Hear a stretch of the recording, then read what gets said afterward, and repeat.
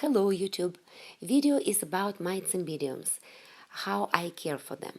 I have two different kinds, the standard, the big size, and the miniature kind.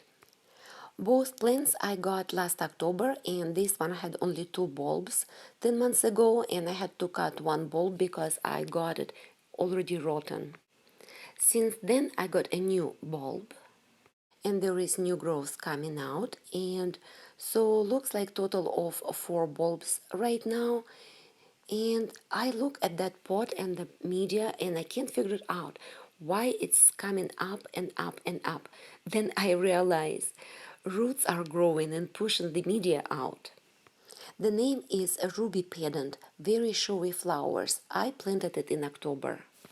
If you look closer, you can see that new growth, and underneath that sheath, you can see another new growth coming, but it might be a flower spike. Hard to tell, but see the little baby size root sticking out already? The big size cymbidium, the standard, I bought it also last October on eBay, and this one has no ID tag. I paid a little bit because who knows how it's gonna bloom. But I guess I like surprises. When I got it, it had only 3 bulbs, and in 10 months it grew a couple more, and there is more and more coming. If you look here, there is one. Unless like a first one, this one had awesome roots to begin with. Looks like roots are doing okay because they're pushing bark out of the pot too. Now it has 6 bulbs. I really like cymbidiums. I like them for their amazing, showy, large cascading sprays of flowers. If you'd like to grow cymbidiums, but your summers are very warm, it's better to stick to miniature kind. They are more heat tolerant and they will bloom even if its summer is higher than 90 degrees, but not the standard cymbidiums. They don't like over 85 Fahrenheit. Now about the light. Light is very important for growing cymbidiums. Coming from cool and bright areas in Asia, they need high light but cool temperatures at the same time. So in my summer it might get very hot. So I will try to spray them with a cool water from a hose to cool down pots and roots. And if it gets above 90 Fahrenheit, I definitely put them in the shade. High temperatures in summer may cause plants not to bloom. And days when temperature is 85 or below, I even keep them in the full sun. They get full morning sun maybe before noon, and I train them to accept that sun and be okay with it. But I don't recommend put your plant out of the full sun right away without that training. As you see, pseudobulbs are kind of like a golden color. Yes, I'm trying to give them maximum amount of light possible, but short of burning. Leaves should be a medium to golden green in color, not a dark green.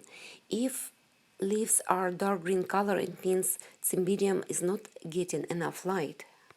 The idea about sunfoot cymbidium is if you find that golden middle when you get the maximum light and without burning, that's what they want.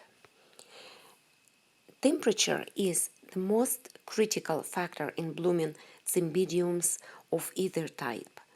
During the summer, standard cymbidium are usually grown outside in semi-shade, where the day temperatures should be like 75 to 85 Fahrenheit.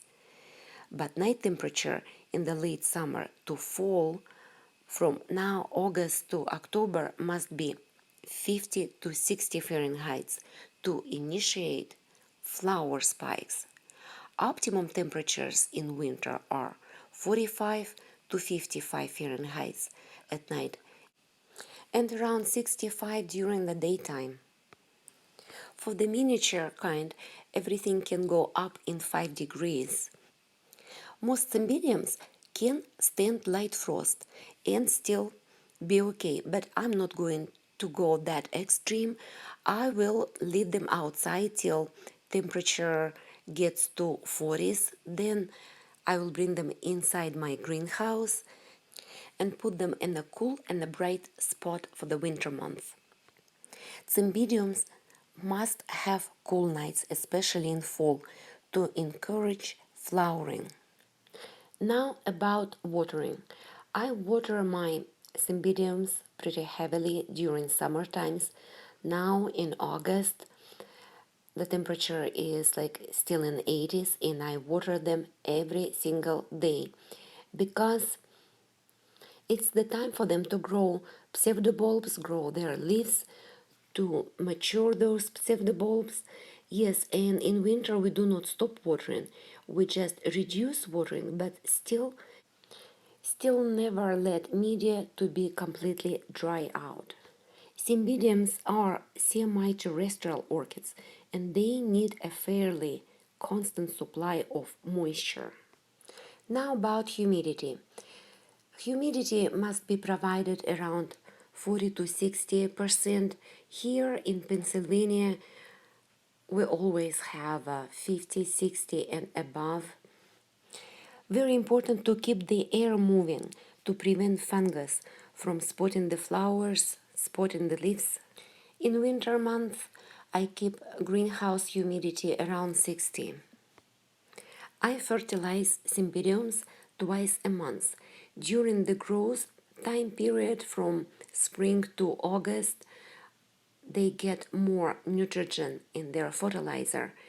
Something like 30, 10, 10, 30 for the nitrogen for leaves and pseudobulbs to grow. And now in August, I will reduce nitrogen to 0 and start to use only high phosphorus bloom booster fertilizer to help form bloom spikes.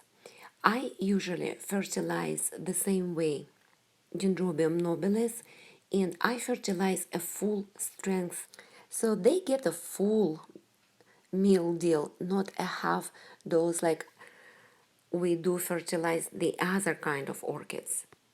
Repotting usually is done in the spring after blooming, and usually we repot every 2 years, but I regret now I used such a big pieces of cork last spring. I did not have probably smaller pieces bark. Then I don't like it. It gets dry very fast. I will definitely recommend to use a smaller pieces of bark and even add a moss. In winter, you do not water too often and it's going to be okay. But in coming spring, I maybe will change the media. We will see. Idealistically, you wanna wait till bulbs grow all over that pot. Then you repot it. Hopefully, if I'm doing everything right with those orchids, they are going to bloom coming spring already. I bet they will. They better. Thank you guys for watching. I hope you find it useful. And if you have any questions, I forgot to say something, leave me a comment. I will be happy to answer. Until next time, happy growing everybody. Bye.